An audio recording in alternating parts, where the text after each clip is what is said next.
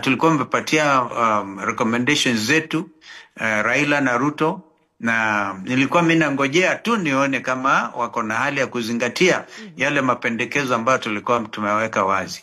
Lakini hiyo wakachelewa. Sasa mambo yakafanyika Gen Z, sasa wakawa na msusumuko mpya. Raila akaja akatuambia ameangalia jamaa huyu anaona ako karibu kupeana mamlaka kwa jeshi. Nakumbuka Gideon Moi alinishangaza wakati wasema, so what's wrong with it? Hata hawa ni wana Kenya.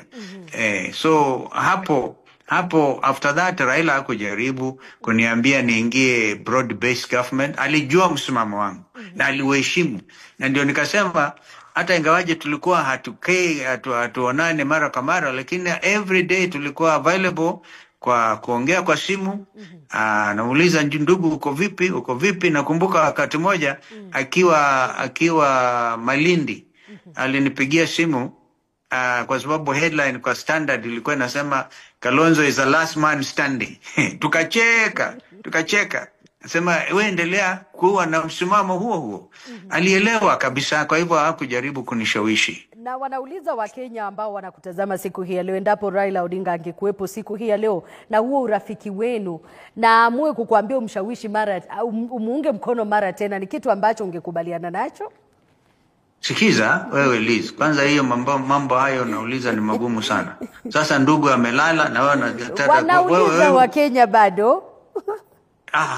No. Tulikuwa tumekubaliana this time around it wasn't going to work.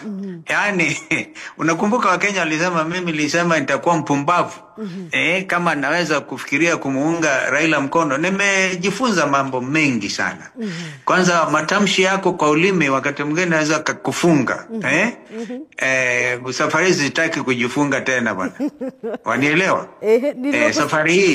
Safari hii ni ukombozi.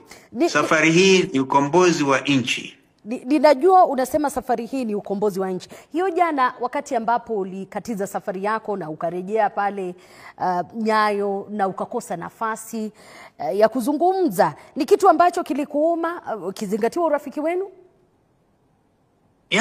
Nadhani watu wengi wamekuwa hata kwa mitandao wakishangani kwa nini of all the people, kwa nini Kalonzo akanyimwa nafasi ya angalau kusema jambo na kwa heri kwa ndugu yake, ingawaji it is a state funeral. Katika hali hiyo, even if you look at the state officials ambao walikuwa pale, ndio ndugu Uhuru alipata nafasi ya kuzungumza.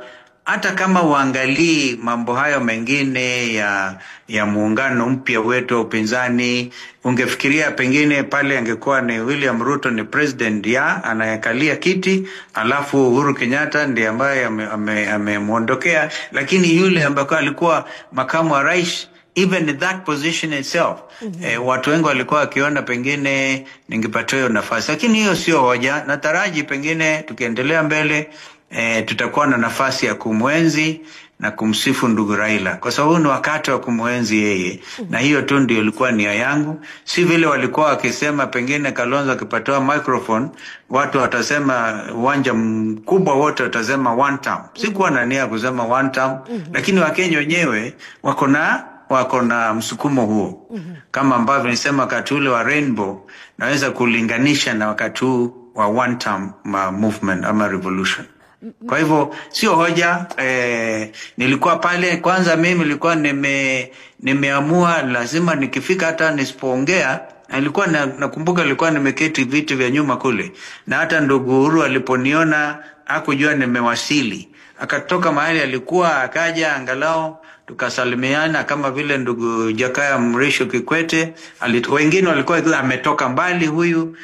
Kikwete tulikutana kwa uwanja wa ndege, aliniambia inaonekana sisi wawili ndio tumesalia katika ile team iliyokuwa inaongozwa na Kofi Annan, Kibaki na Raila, Kofi Annan, Kikwete, na kwa tule wa rais wa Jamhuri ya Muungano wa Tanzania vile Ben Mkapa alikuwepo. So Kikwete alikuwa anafikiria hayo, angepata nafasi jana pia angemwenzi kabisa ndugu Raila. Kwa hivyo yote haya tunaelewa, because when you have a military parade pia huwa pengine mambo ni tofauti.